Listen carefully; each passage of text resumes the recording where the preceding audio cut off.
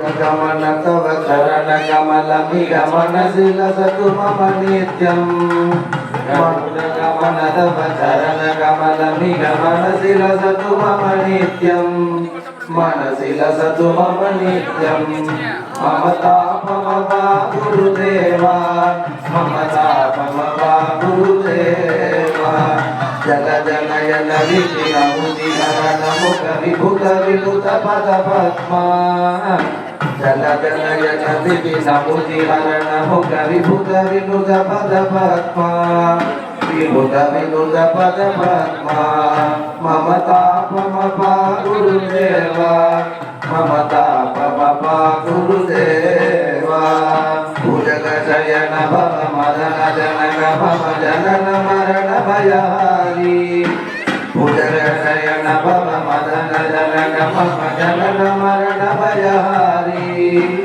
जनन मरण भयहारी मम तापमपा गुरुदेवा मम तापमपा गुरुदेवा शङ्खचक्रधर दुष्टदैत्य सर्वलोकचरणा शङ्खचक्रधर दुष्टदैत्य सर्वलोकचरणा सर्वलोकचरणा मम तापमपा गुरुदेवा मम तापमपा गुरुदेवा अगणित गुणगण अशरण शरणत विजनित सुररि पुजाला अगणित गुणगण अशरण शरणत विदलित सुररि पुजाला विदलित सुररि पुजाला मम तापमपा गुरुदेवा मम तापमपा गुरुदेवा मम तापमपा गुरुदेवा मम पापमपा गुरुदेवा भक्तवर्यमिग भूरि करुणया पाहि भारती तीर्थं भक्तवर्यमिग भूरि करुणया पाहि भारती तीर्थं पाहि भारती तीर्थं मम तापमपा गुरुदेवा मम पापमपा गुरुदेवा मम तापमपा गुरुदेवा मम पापमपा गुरुदेवा जानकी कांत स्मरणं जय जय राम राम श्रीनिवास स्वामी இன்னைக்கு கருட வாகனத்தில் பிரகாசிக்கிறார். கருட வாகனம் சுவாமியுடைய வாகனம் ரொம்ப விசேஷமான பலனை கொடுக்கக்கூடிய ஒரு வாகனம். எல்லாருக்கும் கருட வாகனம் தான் விசேஷம் தெரியும். அது என்னன்னு யாருக்கும் தெரியாது. என்ன அப்படின்னா கருடன்ல தான் பகவான் பிரகாசிக்கிறார். வைகுண்டத்திலேருந்து ஒரு பக்தரை ரட்சிக்கணும் அப்படின்னா அவரை அழைத்துட்டு வருது கருடன் அப்படின்னு சொல்றான். அதே இந்த பூலோகத்துல கஜேந்திரன் ஒரு யானை. இந்த யானை என்ன பண்ணிட்டு ஸ்ரீ பகவானை பூஜை பண்ணணும், பகவானுடைய கிருபையை அடையணுங்கிறதுக்காக அந்த யானை எப்பவுமே பகவான் ஸ்மரணையோடு இருந்தது. அதுக்கு ஒரு சிரமம் வந்தது. முதல்ல அதை பிடிச்சிருக்கு. முதல்ல பிடிச்சோடனே நம்ம மாதிரி கட்ட வந்தோடனே உடனே பகவான் தான் காரணம்னு அது பகவானை வைக்கலை.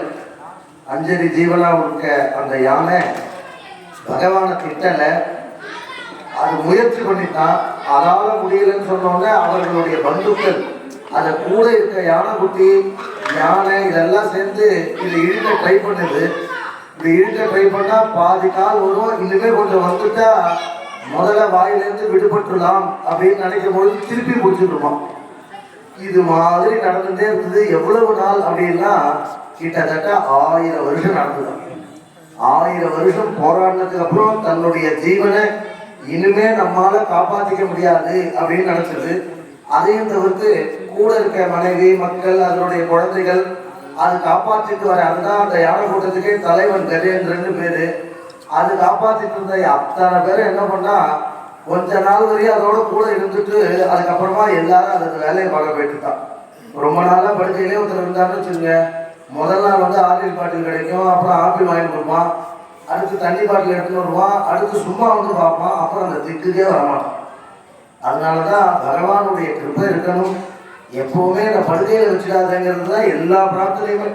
நாம வீடு வாசல் காரு அப்படிலாம் வேண்டிட்டு இருக்க போனோம். ஆனா வேதமோ சாஸ்திரமோ என்ன கேட்கறதுன்னா எப்பவுமே படுக்கையில விட்டுறாதுன்னு கேட்குறது. இன்னொருத்தருடைய உதவியோடு நான் வாழக்கூடாது, அப்படி வாழும் போல ஒரு சூழ்நிலை இருந்ததுன்னா என்ன நீங்க வச்சுக்காது அப்படிங்கிற.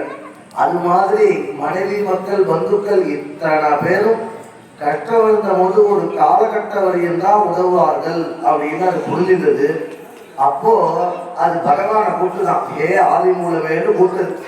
அப்படி ஆதி மூலமேன்னு கூப்பிடும் பொழுது பகவான் இவன் எப்படா கூப்பிடுவான்னு காத்துட்டு இருந்தாரோ. நாமளும் கோயிலுக்கு வரோம்னு வச்சுங்களேன்.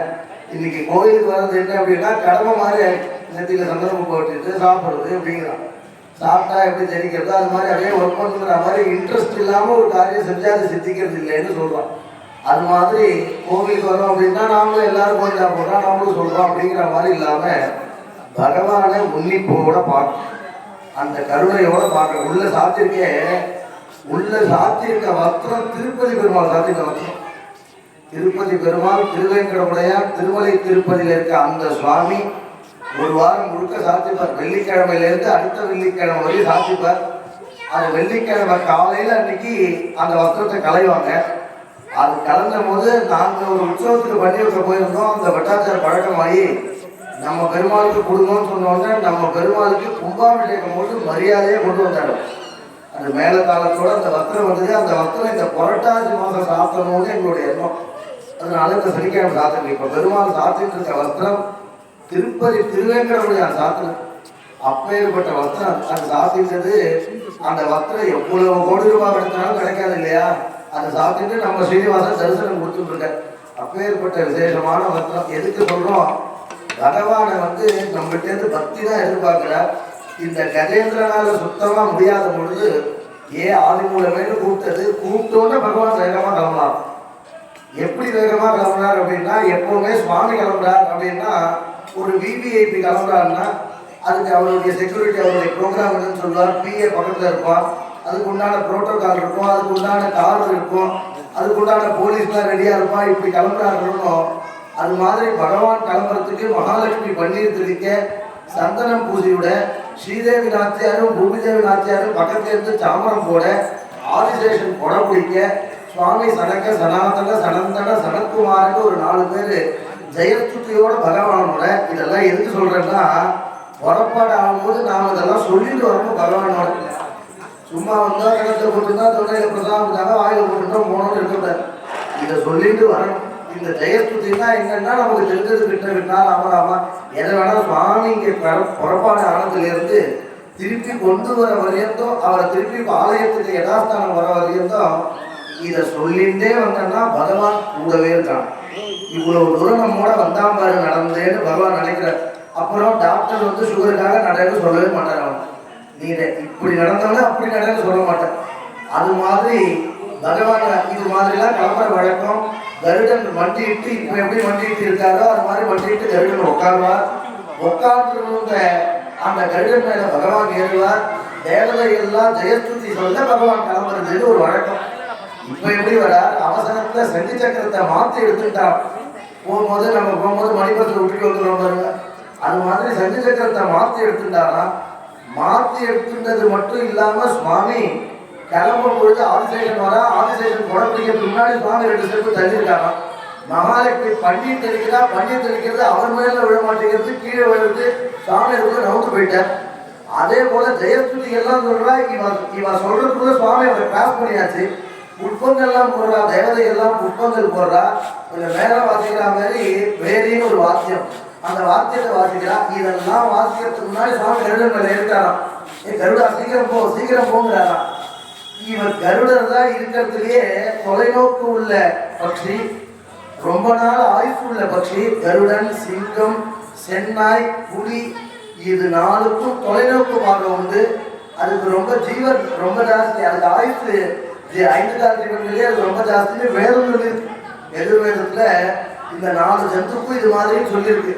இப்போ இதை விட வேகமா பறக்க முடியாது. கருட மேல பார்த்தீங்கன்னா 2 வாட்டி ரெக்கை ஆட்டிட்டுன்னா அப்படியே ஜம்முன்னு அப்படி லைட் மாதிரி வரும். அதை பார்த்துதான் லைட் கண்டுபிடிச்சான்னு சொல்றான். இது கருடனை பறக்கிறத பார்த்துதான். அப்படி கருடன் அவ்வளவு வேகமா போயிட்டு இருக்க. அந்த வேகம் பகவானுக்கு பத்தலையா. அந்த வேகம் பத்தாம கருடனையும் தோல்ல தூக்கிட்டு கிளம்பினாராம் சுவாமி. இதுல என்ன தெரியுது, இந்த கஜேந்திரனுடைய கடையில சங்கு சக்கரத்தை மாத்தி எடுத்துட்டார், மகாலட்சுமிட்ட சொல்லிக்க மறந்துட்டார், சனக சனாதன சனந்தன சனத்குமார் எல்லாம் போறதுக்கு முன்னாடி கிளம்பிட்டார். கருடனை மாத்திரம் வேகமா இல்லையே, நானே போய்க்கிறேன், நீ இருடான்னு விட்டுட்டு போலையா.